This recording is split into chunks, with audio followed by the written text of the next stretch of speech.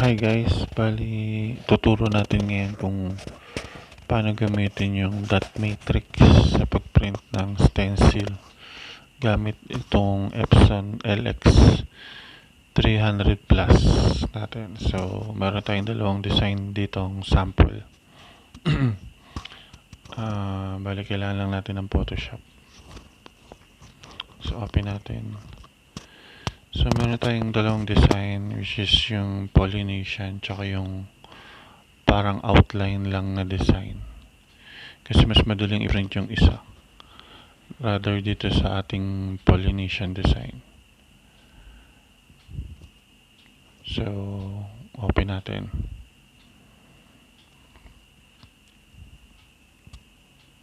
Ito yung ating parang outline lang na design. So, open natin sa Photoshop. Ayan. Ay, parang hindi pala siya Polynesian. Parang Polynesian design lang. So, ito yung isa yung ating parang outline lang na design. May dalawang steps kasi bago mo sila ma-print ng maayos sa dot matrix. So, unahin natin tong Polynesian design. Ituturo natin kung paano yung steps ng dalawang format bago natin i-print sa dot matrix. Kasi minsan hindi nakukuha yung outline ng design.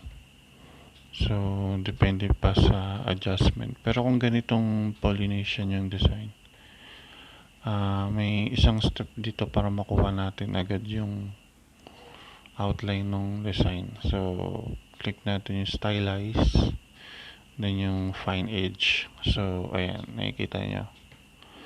Nakuha natin yung pinaka-outline ng design. So, yun lang naman yung kailangan natin para kumbaga ito yung kailangan natin outline sa pagtatato para ma-print natin yung design. So, ayan. Pati yung mga bilog medyo kuha. So, yung isang klase naman which is dapat dun sa isang outline lang na design, pag in-apply natin kasi dito, hindi nakukuha masyado yung mga so itong trace contour. So, ito. I-zoom, kayo nang bala mag-adjust kung anong magandang or kung okay na sa inyo yung outlines. Pero hindi kasi recommended to ditong trace contour dito sa makapal na design natin. So, ayan, kung titignan nyo yung bilog, medyo hindi kuha. So, ayan. Hindi siya masyadong kuha. So, pag Polynesian, mas recommended pa rin yung isa. So, ito naman yung outline design.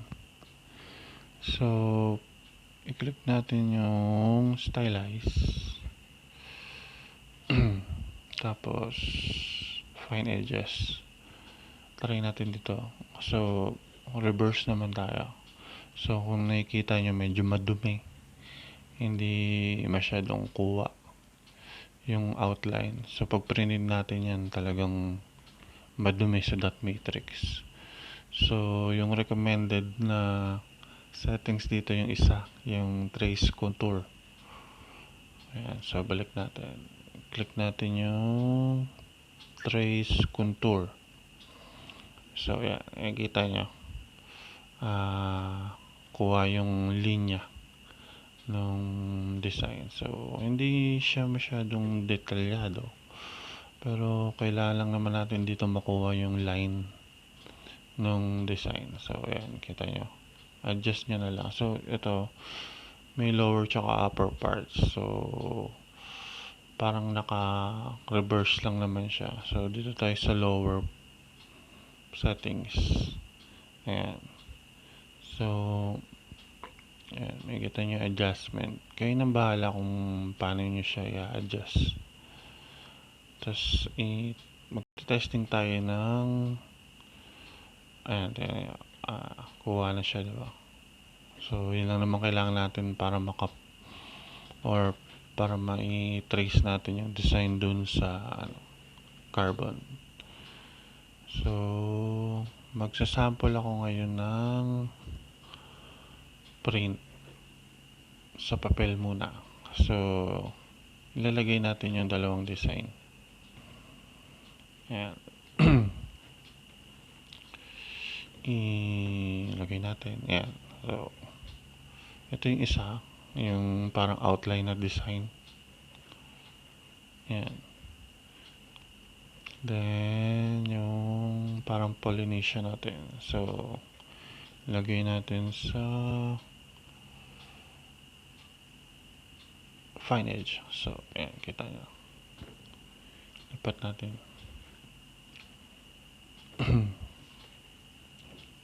So, kita nyo, kuha naman yung outline ng design.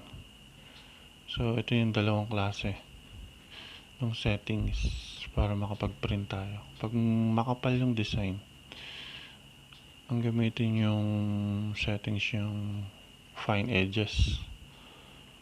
So, mas ginagamit siya sa mga pollination design. Ayan. Yung isang design kasi ginagamit siya sa mga mabilis ang design o kumbaga yung parang naka-outline na yung itsura niya. So, ayan. I-print muna natin ngayon siya sa papel para malaman natin yung itsura niya. So, wait lang. I-set up lang natin yung printer. Okay. Wait. Turing na tao? Yung ba ang gusto mo? Yung maging mababang uri sa tingin nila? Ano ba tingin mo sa aming mga domestic helpers? Ha? Ikaw na kalahi ko ang nagpapababa sa amin, hindi yung mga taga-ibang bansa. So, i-print na natin siya sa papel. Ito yung ating Epson printer. Ayan. I-load lang muna natin yung papel. So, naka one hand lang kasi ako. Hindi ko may pasok na maayos. Wait lang.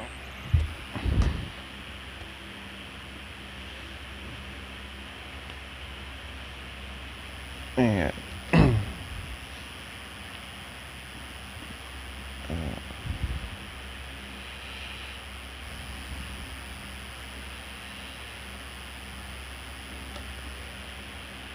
So, naka-load na yung papel. Print muna natin.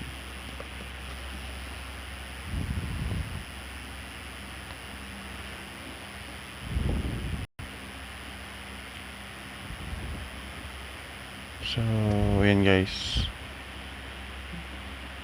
I-print na natin.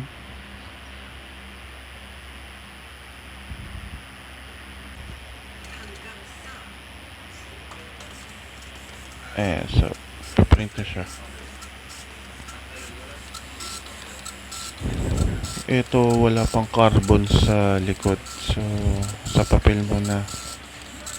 Para makita natin kung ano yung itsura ng design pag printed. So,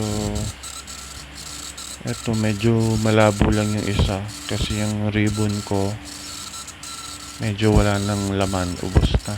So, ayan, nakakapag-print naman to kahit walang ribbon. Yung ribbon lang is para makita mo yung output muna.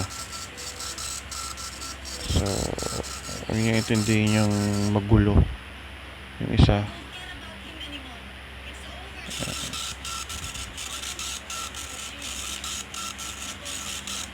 So, tapusin muna natin para makita natin yung design.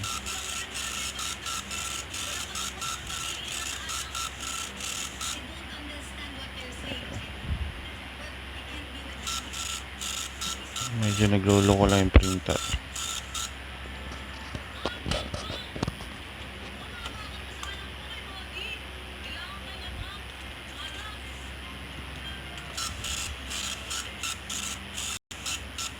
Ayan, so lapit na.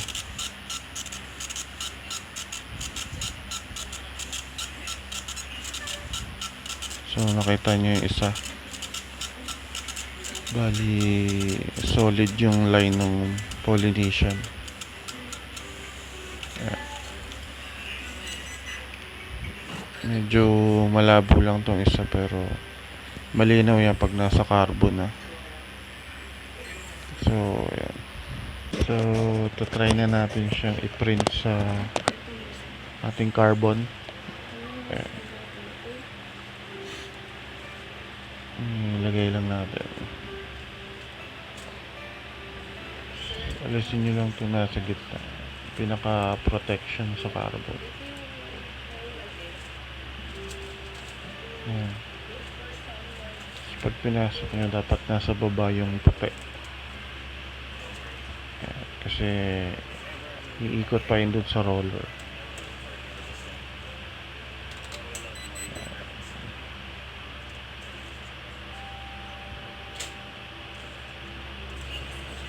So, ayan na.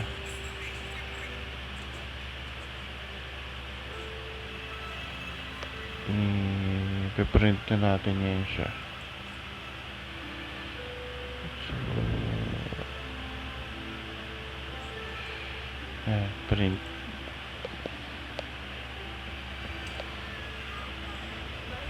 Adjust lang muna natin.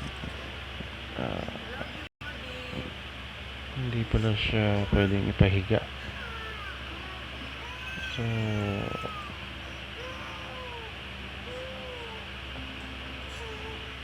ayan ito. Ayan. Ayan. Dapat nakatayo yung papel. So, ganito dapat. So, ipiprint na natin siya. Ayan. So, ito. Hintayin natin.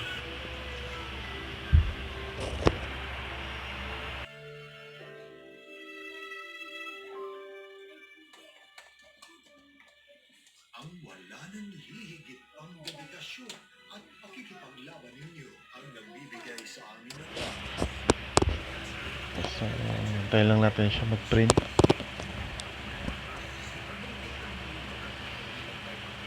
So, ayan na. Nagpiprint na po. Bali ito, pag na-print to, rekta na po ito. Ilalapat na lang sa balat.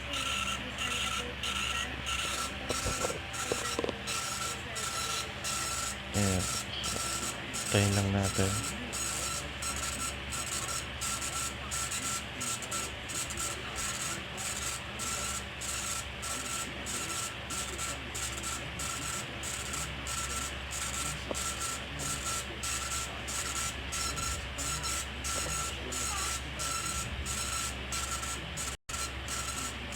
Ayan, so ang importante lang naman dito yung makuha natin yung outline ng design. So parang pinaka-guide lang natin.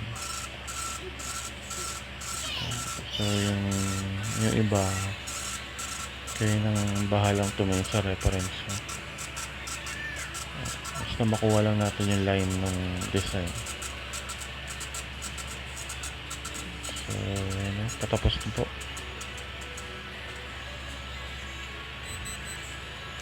So ito na. Nakita nyo po. Ayan. So tingnan natin yung carbon sa likod. So ayan, bumakat na siya.